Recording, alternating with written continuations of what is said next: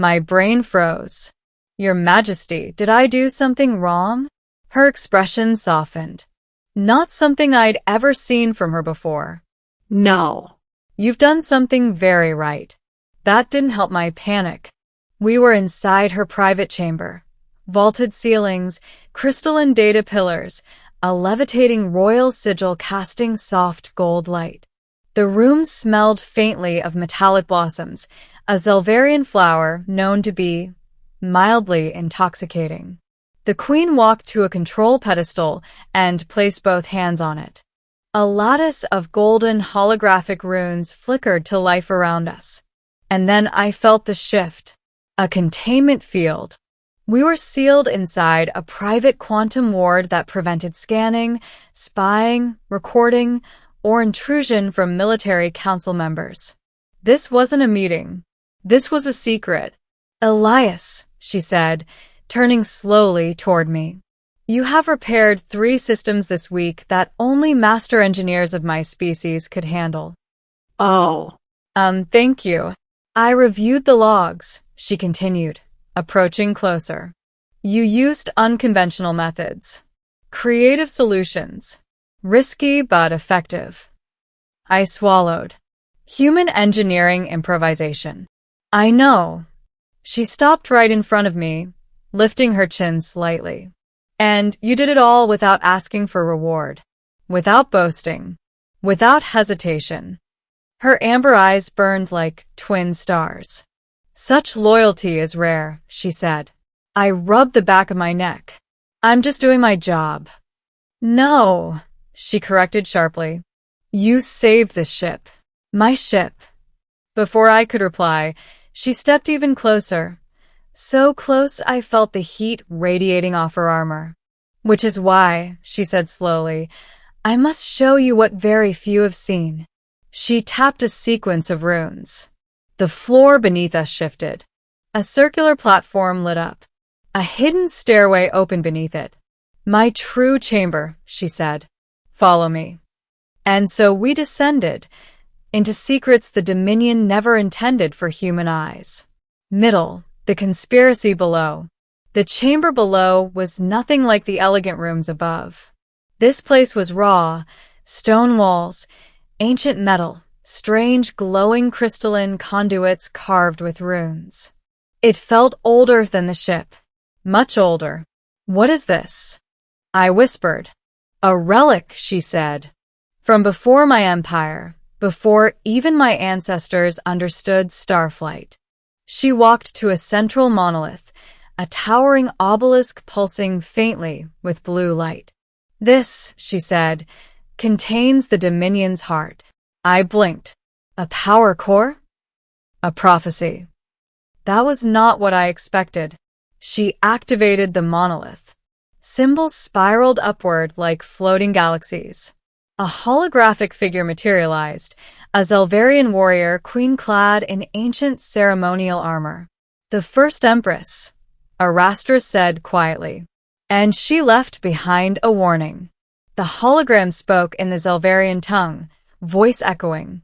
When the Dominion stands on the brink, when betrayal hides beneath royal banners, when shadows grow within our own airs, a mind of another world, a heart not born of our stars, shall be our salvation. The hologram faded. I stared at the queen. What does that mean? It means, she said, there is a traitor in my empire. The words hit me like a cold shock.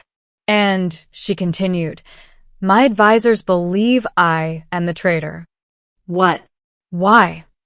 She walked away from me, slow, heavy steps, as though the truth itself weighed her down. Because I refuse to launch a war the Council desires, she said. A war that would kill billions.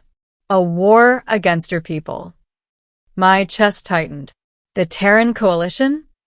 She nodded. They believe humans threaten our supremacy. They want to strike first. And you don't, I said softly. She turned. Her expression was fierce. I do not start wars without purpose. And I do not murder innocents. I had never heard a Zelvarian ruler speak like that. The council accused me of being compromised, she said, of being sympathetic to humans.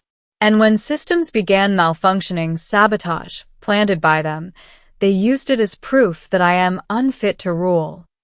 But I fixed those malfunctions, I whispered. Her gaze sharpened. Exactly. She approached me again, slow, deliberate. Do you understand now why I brought you here? I swallowed hard. Because I saw evidence of sabotage? Because you unknowingly prevented their coup. A chill ran down my spine.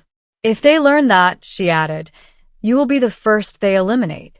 So, I whispered, you locked the door so they can't get to me? Her voice dropped to a whisper. No. I locked the door because what I'm about to ask you cannot be witnessed. My heart pounded. She took a deep breath. Elias Rourke of Terra, she said, I need your help. Not as an engineer, not as a soldier, as someone the Dominion would never expect. I tried to breathe. What do you need me to do? Save my life, she said, and the future of both our peoples. The plot unfolds. She showed me encrypted messages intercepted from the council. Orders to seize the throne. Military fleets secretly repositioning. Elite guard units reassigned without her permission. It was happening soon. Too soon. Why tell me? I asked. Because, she said, you are the only one I can trust. Me. A human engineer. Trusted by the most feared queen in the galaxy. I need someone outside our hierarchy. Someone anonymous. Someone who isn't bound by Zelvar laws or watched by council spies. Her eyes locked onto mine. I need you to help me expose them. I took a step back. I'm not a spy. I'm not a hero. No, she said. You're better. You're honest. The compliment hit unexpectedly hard. What would I have to do? Help me break into the council's encrypted vault. Extract evidence. Broadcast it to every Dominion system. That's incredibly dangerous. Yes, she said. For both of us. I exhaled slowly. And if we fail? She looked directly into my soul. Then they will execute me, and you will never leave this ship alive. I stared at the glowing monolith, at the queen, at the prophecy. A mind of another world, I whispered. A human. She nodded. Destiny favors the bold, she said softly. Will you help me? My entire life pivoted on a single heartbeat. Yes, I said. Her shoulders relaxed. For the first time, she almost smiled. Good, she said. Then stay close to me.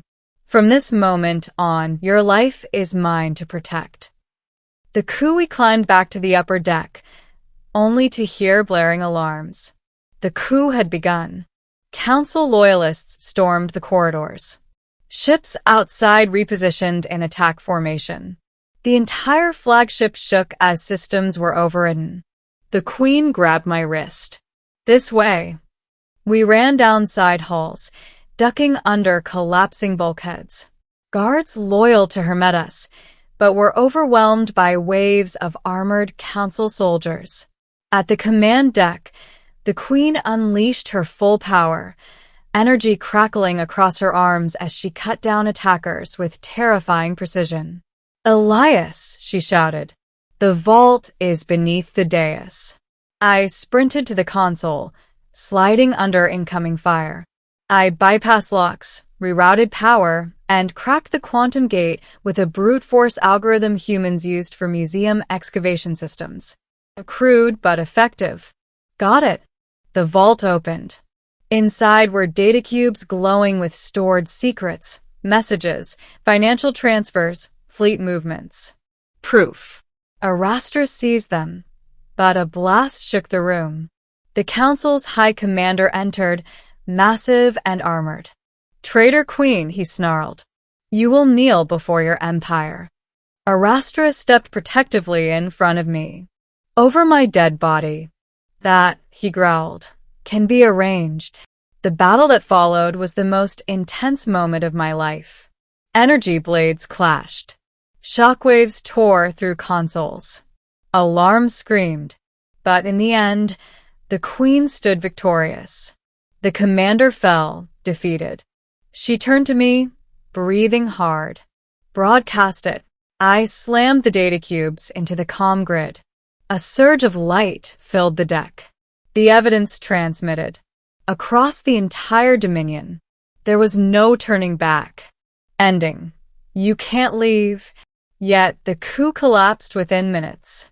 Fleets stood down. Loyalists regained control. Council traitors were arrested. The Queen returned to her chamber with me at her side. For the first time, she looked tired. You saved the Dominion, she said. And you saved me.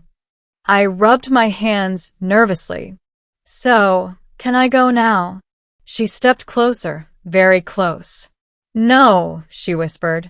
My heart stopped. The danger is not over. The remaining council members will seek vengeance. You are the only one who knows every detail of what transpired. I cannot risk losing you. She reached past me and touched the door panel. Clunk. The lock engaged again. Her amber eyes softened. Elias, you can't leave. I swallowed. Ever? Not until I know you are safe. Not until the Dominion stabilizes. Not until I can guarantee no harm will come to you. She exhaled slowly. And perhaps not even then. My breath caught. You are under my protection now, she said. My personal protection. Her fingers brushed my wrist. Gentle, deliberate. You saved my throne, my life, my people. Her voice dropped to a warm, almost intimate murmur. And I do not let such loyalty walk away. I stared at the locked door, at the Queen, at the future I never expected. So, she said softly, stay with me, Elias. Just a little longer. In her voice, there was something new, something dangerous, something hopeful.